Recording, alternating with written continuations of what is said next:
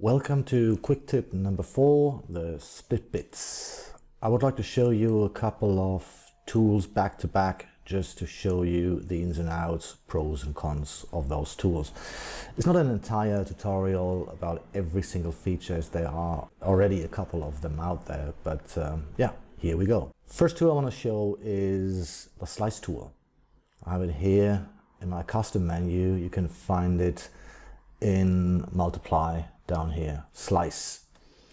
Okay, what it does by default, well, basically you click and you slice.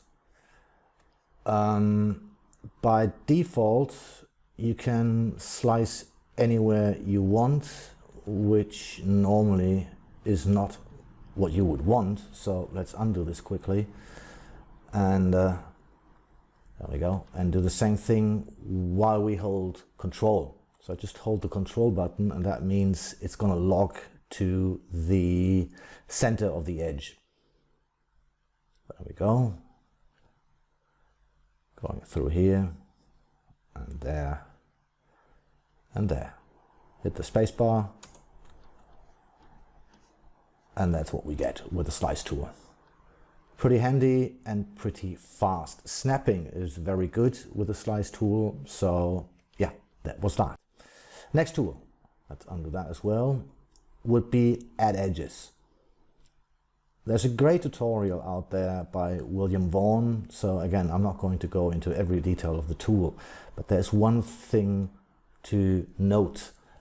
By default, all of these options are off, meaning when I click, I move that orange circle that marks the vertex, which again can be desirable, but most of the time it wouldn't be. So let me undo this and activate the tool again,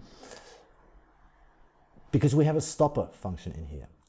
And although it is mentioned in William's video, I never, got the idea to actually set the stopper to 50%, which then obviously would mean that it would stop at the center of the edge. And when we've got that set, we can just go in there, click, click, and again, and again, and again, and again.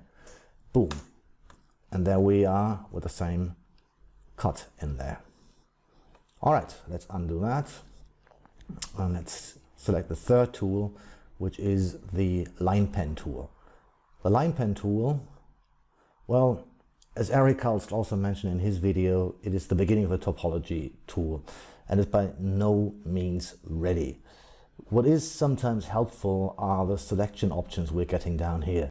Right now it's set to vertex and edge center. So with that selected, I can just hover over here, click and click. The unfortunate part about the line pen tool is it doesn't draw a continuous line, so I have to click again to get the next edge, again and again. Another thing I should mention is the snapping options somehow are not as good as they are with add edges or slice. So there we go, and we get the same result. So those are the 3 tools back to back. One more thing I would like to quickly show is this. We have an n-gon here, of course, and most of the time that probably would not be desirable. So I don't know if everybody's aware of that, but if I go to detail, polygons, more, we've got fix 3.5. And if I click on that, there we go, we got it all quads, which obviously is nice. Okay, let's undo that. Now for the lazy people amongst us, and most of us probably are, the easiest way of doing the same thing with all these polygons selected is obviously the connect tool. So if I just hit L on the keyboard, I did not get what I wanted to get. So let's just do this again and hit L on the keyboard, and there it is. So that's the same shape, and of course we would have to do the same thing here again, do the fix 3.5.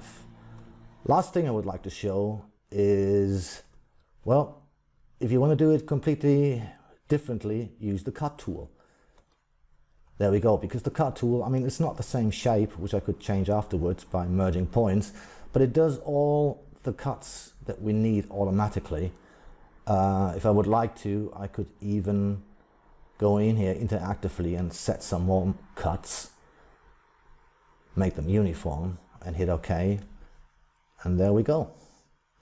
Quick and fast split topology. All right, so that's it for this quick tip. Thank you very much and see you soon.